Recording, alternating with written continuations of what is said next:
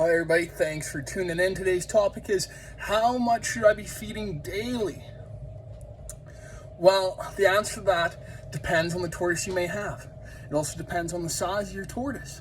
But as a general rule of thumb is take your tortoise.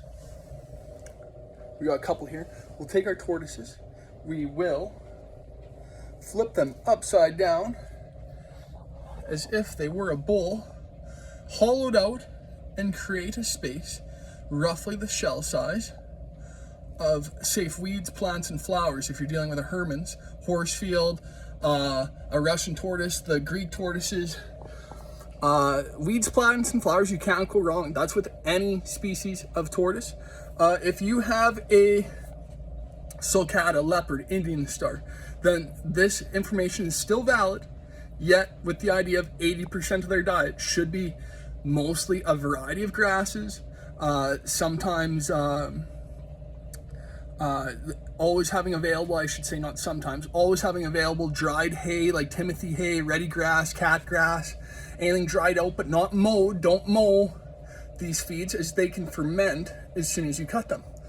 But really for amount, if we're touching on amount, we should feed about a shell-sized amount. Some people say, hey, we should feed, I feed a blanket-sized amount. That isn't enough. You're gonna have a hungry, food-possessive tortoise that is just treacherously chasing things. But here's a good sign. Look at this, stay with me while I reach this here. This here is a great sign of feeding the proper amount. So after 15-20 minutes of them pecking at this, there's really just the stems left. They really went after most of this food is dried mallow. There is also some ribgrass plantain hacked up and in there. Sometimes I offer just pieces of succulents like chicks and hens, the dried pieces, as I find that doesn't give a loose stool, but it's a safe daily feed. And I hack that all up usually. Some people say, I like my tortoises to pull at their feeds, and that's fine.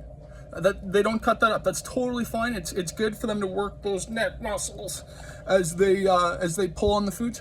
I chop things up rather fine because I find they don't like the dried feeds that I offer, and this is my best way to trick them into keeping on eating that stuff until the summer months. In the summer months, they do the neck pulling.